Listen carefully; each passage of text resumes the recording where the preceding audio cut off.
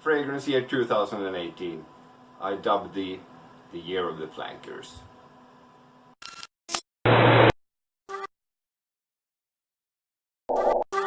Hi, I'm Tommy and you're watching Nordic Fragrance. Welcome. So let's have a look back at the fragrance year of 2018.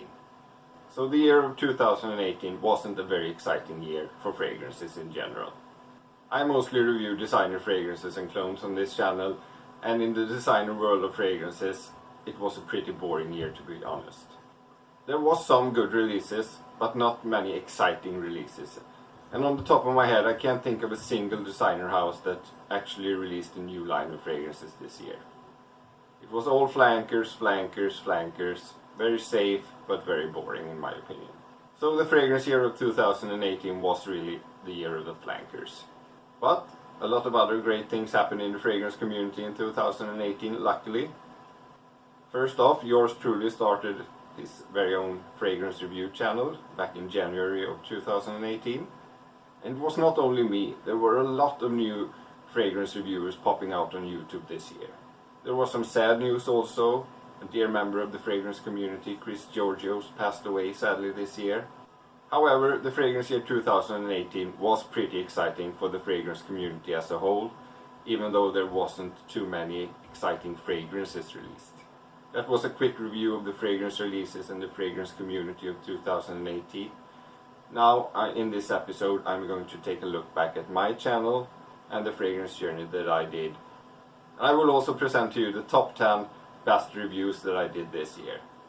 If you have been following my channel, you surely know by now that I score all my fragrances that I review on a score between 1 and 100. So let's see which was the top 10 best scoring fragrance review from my channel this year. That top 10 is coming up in just a few minutes, but first I want to talk a little about my personal journey in this channel. It all started out back in September of 2017. It was back then that I really decided that I want to do a fragrance review channel on YouTube. I had absolutely no idea on how to do it, however. So I spent 4 months between September of 2017 and January of 2018 to learn how to set up a YouTube channel, what kind of devices you needed to record, etc, etc. I watched a lot of YouTube videos and read a lot on the internet about how to go about to set up a proper YouTube channel. So finally, in January of 2018, I got my first video out. And it was all very, very basic back then, and it still is today. This is not a high budget channel in any way. I don't have any fancy equipment whatsoever. I basically had only 3 things in the beginning. A very small, non-adjustable tripod, a shotgun microphone, and a phone to record with. That's all. However, after a few videos I realized that I really needed some light also, because my first videos was very dark and it kind of ruined the videos altogether. So eventually I had to buy myself a LED light to get some more light into the videos. And I also eventually got myself an adjustable tripod so I could adjust the height and camera angle of the videos. So let's take a quick look and see how my setup actually looks. So this is what my very basic setup looks like. I have a tripod which I attach my phone to. I have a small non-adjustable tripod with a light on it. I have to pile up some boxes to get the right height on it. And I also have a shotgun mic that I attach to the phone to get better sound. And then I put the fragrances on a pile of boxes and a speaker to get them in front of me. And I sit in my chair in front of my desk. That's it. It's very basic. I hope this really proves to you guys that you are actually able to create a YouTube channel on a very low budget and make it look at least decent. But back then, when I first recorded my very first videos, I didn't have a LED light to light up the videos. So I actually had to put 2 floor lamps on each side of me to get some kind of light in the videos. So back then I was really kind of boxed in. I had a floor lamp on each side of me, a pile of boxes in front of me and a desk behind me. And you can really see that on my very first videos. When I move my hands I can hardly move anything because I'm afraid to knock things over around me. It was very basic, but it was also very, very fun.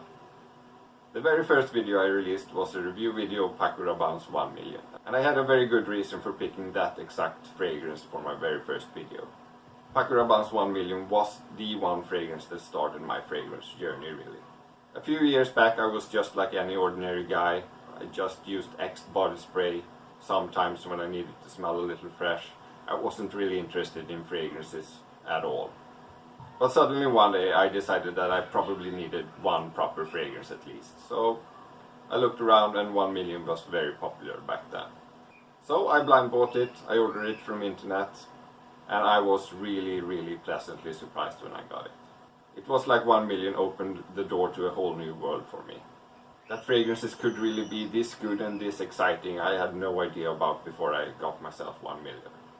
So I figured there must be a lot of other great fragrances out there, so I got myself 2 more fragrances, and then another 2 fragrances, and then I was completely hooked. So eventually, here I am now, fragrance addict with an own YouTube review channel.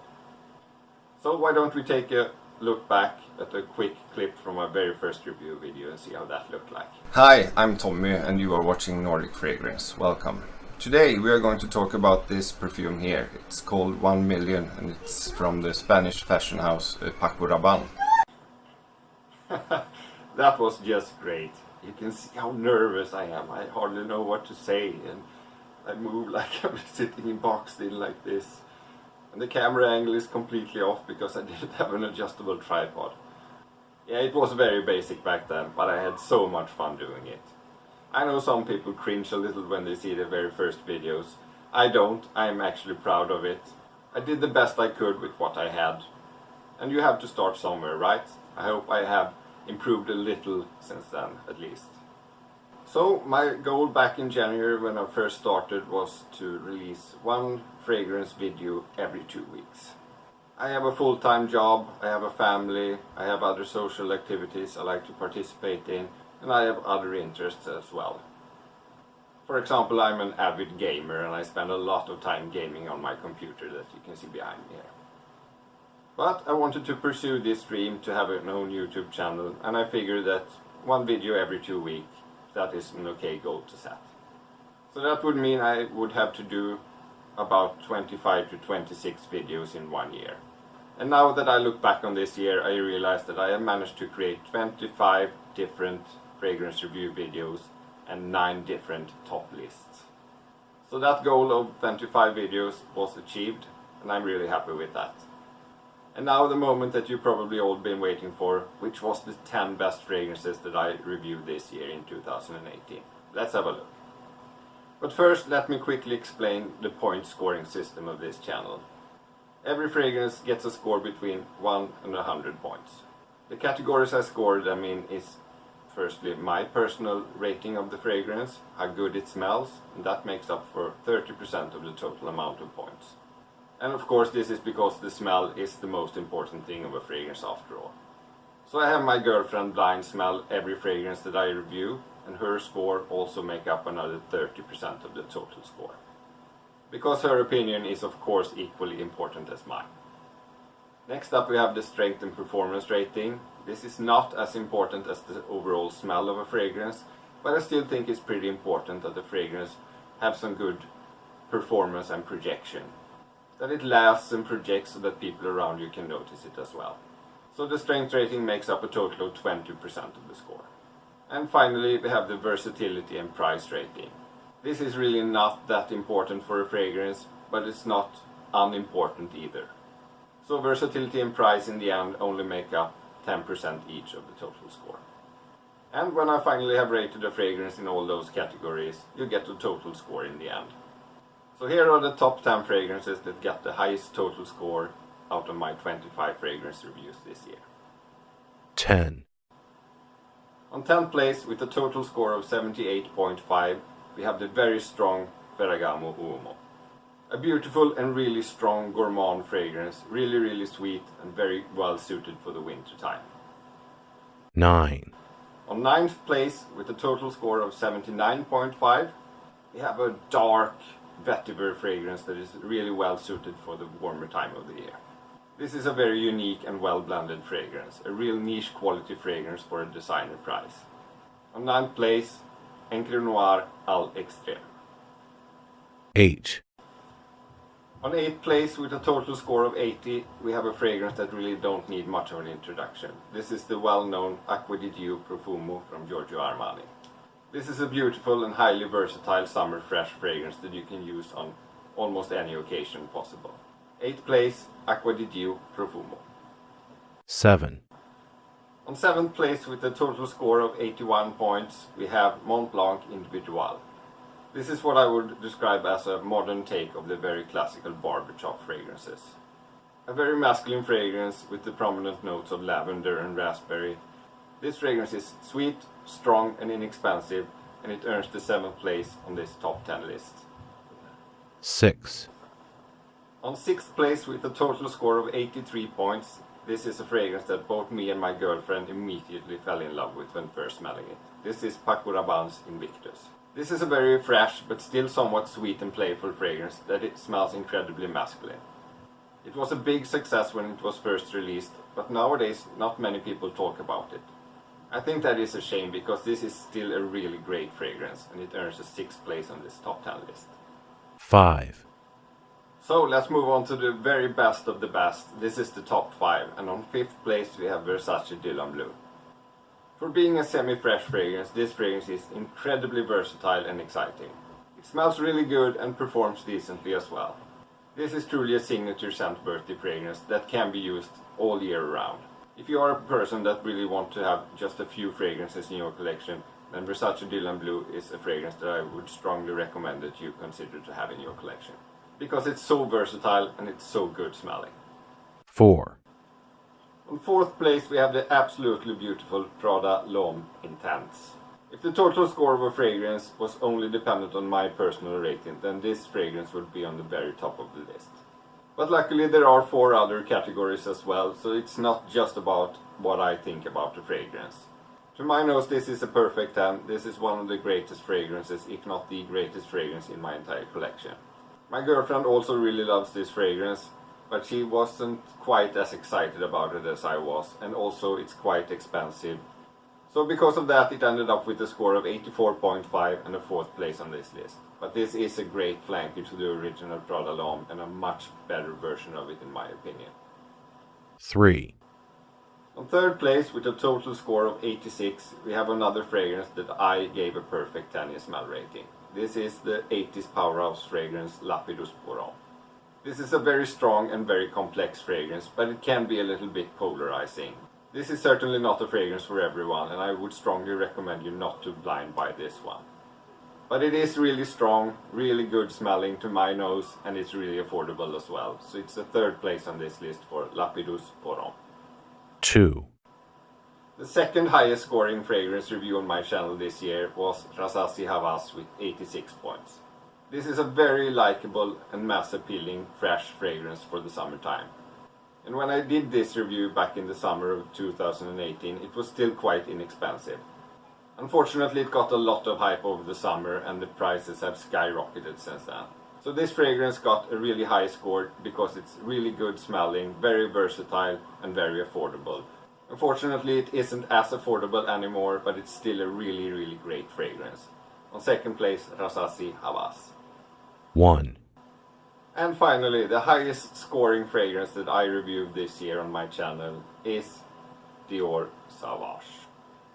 I know that a lot of people in the fragrance community have an issue with this fragrance. They think it's boring, it's generic and it's too mass appealing. But we have to be honest here. And I don't do my reviews mainly for the fragrance community, I do it for the ordinary people that just want to get great fragrances. And this is a great fragrance. Both me and my girlfriend absolutely love this. We both scored it a perfect 10. It's very versatile, it's very strong and long lasting. The only thing that really drags this fragrance down a little in the total score is the price point, because it is quite expensive. But nevertheless, this is a great fragrance and a total score of 88 really proves that. So the highest scoring fragrance review on Nordic Fragrance this year of 2018 goes to Dior Sauvage. Before I end this video, I really want to mention 2 other fragrances and give them each an additional reward. The first reward is for best blind buy. Now I do have to mention that I blind buy almost all my fragrances, because I live out in the countryside and I don't have the luxury of having access to smelling too many fragrances before buying them. So this is more a reward for a blind buy fragrance that I was really positively surprised with. A fragrance that I didn't have high expectations on, but that really surprised me in a positive way. And the reward for the best blind buy fragrance of 2018 goes to Cristiano Ronaldo Legacy. I only really bought this fragrance because one of my sons really adored Cristiano Ronaldo and wanted a fragrance from him. And generally celebrity fragrances are just not that good. But I was so positively surprised by this buy. Cristiano Ronaldo Legacy is really a fragrance that is up top among with the very best designer fragrances. And the good thing is that not many people talk about this fragrance, so not many people wear it, so you will smell unique when wearing it, and it's still pretty affordable. So best blind buy fragrance of 2018, Cristiano Ronaldo Legacy. The other award I want to hand out before ending this video is of course the best clone I got my hands on this year. And this award goes to a fragrance that I have not heard anyone ever talk about. It's called Touch of Black by Creation Lamis. This is supposed to be a clone of Tom Ford's Noir. I have never smelled Tom Ford's Noir, so I have no idea if this fragrance is actually close to the original, but what I do know is that this fragrance smells absolutely beautiful. To my nose, this one really smells like a high-end designer fragrance, but it comes in a clone packaging and with a clone price. I mean, this one is really affordable. It's like $10 or something. But you get a really great smelling fragrance for that kind of money. Performance is okay, 4 to 5 hours, but the smell itself is really high class. So the best clone of 2018, Touch of Black by Creation Lamis. Phew. This was a long video, a little longer than usual, but it takes some time to sum up a whole year. Thank you so much for sticking with me until the very end of this video. And let's hope that we all have a great 2019 ahead of us. My name is Tommy and this is Nordic Fragrance. I really hope you enjoyed this video. And I really wish all of you guys watching this a really great 2019. Please consider continuing this fragrance journey with me into the next year by subscribing to this channel.